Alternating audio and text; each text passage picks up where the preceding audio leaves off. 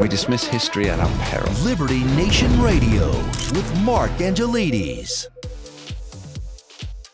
President Biden and his White House friends assure us that things have never been better. All is well with the world, and that his presidency is one of the most effective and impactful in history. Well, this will certainly be news to the vast majority of Americans who say otherwise. Is Joe Biden attempting to pull a Wizard of Oz deceit? Well, to help us pull back that particular curtain, we're joined by author and economist who happens to never have seen The Wizard of Oz, Mr. Andrew Moran. Ahoy, Andrew. Thank you for having me. I can't stand that song, Somewhere Over the Rainbow. It's probably the third worst song behind Time to Say Goodbye and that Mariah Carey Christmas song. I can't believe you said that about Andrea Bocelli. That is Andrea Bocelli's Conte Partiro. Beautiful piece, beautifully sung, and you should be ashamed of yourself. So, Andrew, back to the plot. What's the deal? Biden and the White House tell us how well everything is going in the Emerald City. What's the truth?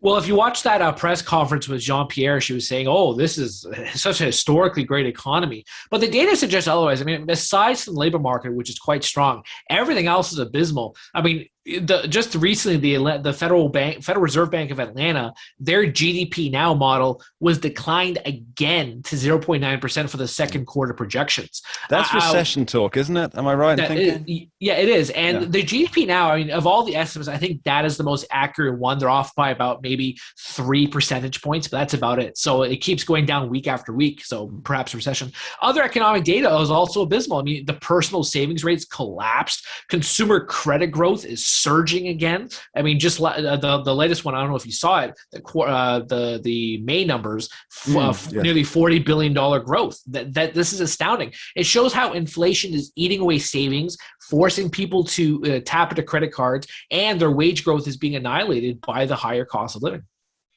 Yeah, so things don't actually seem as rosy as the president insists. Now, is this insistence that everything is going well and to not believe your lying eyes, is it all just posturing to try and sway that small percentage of people who aren't particularly impacted by inflation, and perhaps to try and pass off the whole debacle as a Trump-inspired plot at destabilization through misinformation?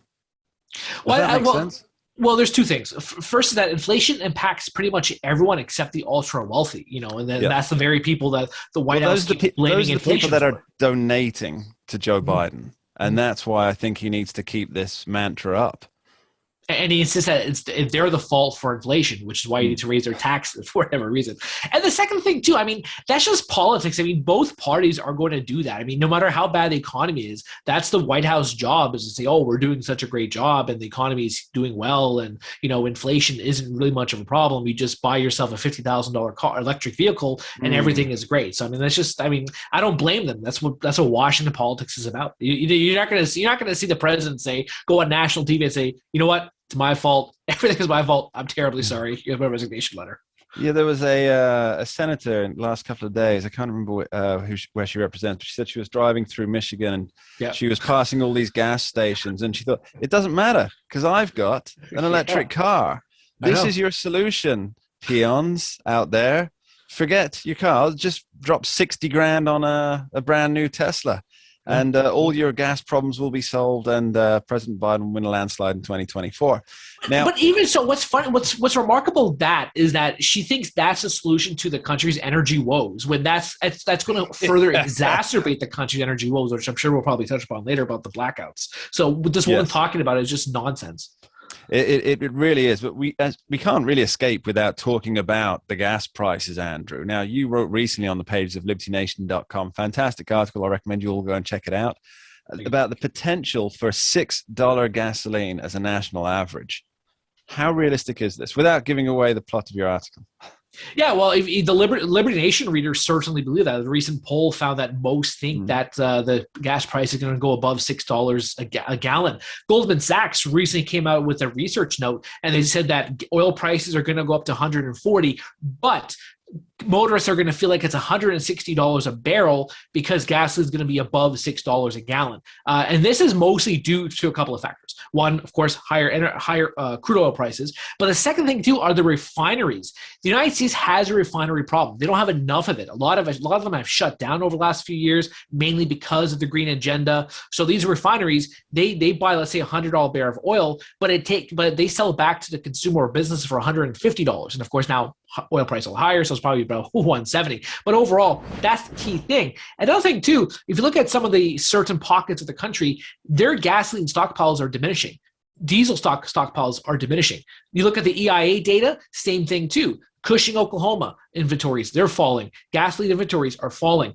The country's running out of energy, and nothing's really being done to mitigate it. And it's going to worsen later in the year when a lot of these when the U.S. ships more to Europe in response to Russia's invasion. Well, fortunately, there's the Strategic Petroleum Reserve, which Joe Biden hasn't touched recently.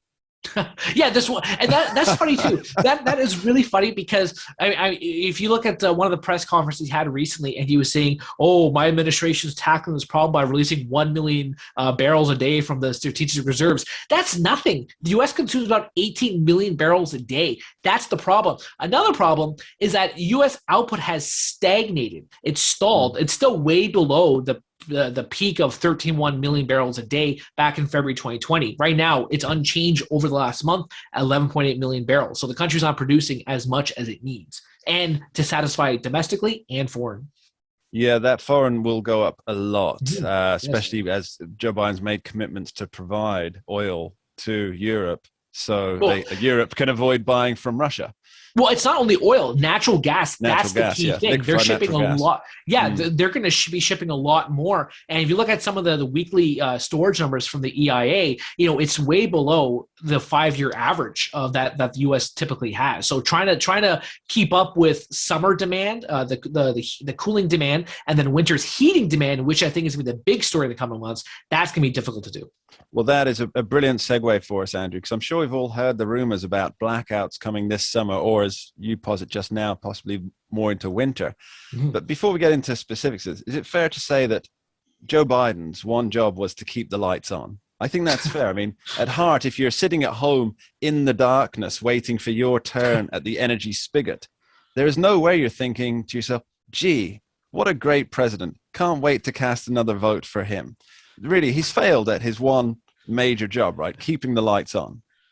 Or am I wrong? No, you're absolutely right, because the country's, I mean, if he facilitated an environment of saying, okay, let's drill, baby, drill, we're gonna do our green energy, but at the same time, right now we have to solve our immediate problems, which is having enough energy, then you can give kudos to him. But he's not doing that. I mean, he's canceling the federal land leases for oil and gas drilling. That's terrible. He's shipping more energy to Europe, which the U.S. can't afford coming in the coming months. So overall, and then another thing too is that energy companies have such a difficult time producing or drilling for oil because of all the litigation that happens. They don't believe the administration has their back in court. You have the environmentalists protesting all the time. And then, trying to get investment, that's even more hard because everyone's focusing on ESG and sustainable investing and green. So the fossil fuel industries, they're going through tough times right now. I mean, of course, not if you're an investor. If you're an investor, you're going through great times. But for the rest of the country that's not buying ExxonMobil stock, they're going through a rough period.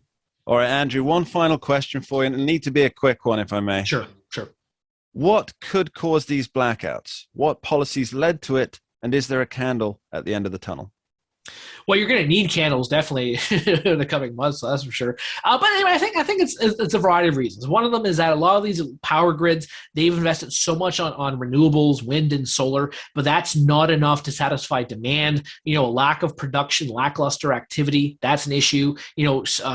Just government mismanagement. You look at Gavin Newsom in California. He's already warning the public that, hey, we're going to have blackouts for the next 3 years, but it's worth it because we're going to be investing in renewable energy to give us power for the next generations to come. So I think that is the key issue. But nobody's willing to postpone that or delay that because they're just still fascinated with their green fetish. So it's a multitude of factors. Andrew, I'll leave you with a quick gag, if I may. What did socialists use before candles? That was light bulbs, right? Is that the joke? Electricity. Andrew Moran, thank you very much. Thank you for having me. Up next, we talk expensive district attorneys and the growing American crime wave.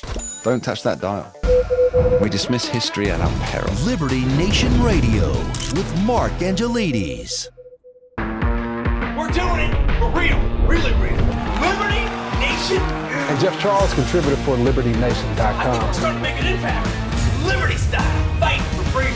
Maybe tracking polls sponsored by Liberty Nation for Thursday. Mentioned by Dan Bongino, Rasmussen, Jordan Peterson, and I others. can do it again if you want me to. Cited in Mark Levin's American Marxism. I think we're starting to make a really big impact. Get noticed. We're doing it. Rock on. I'm gone.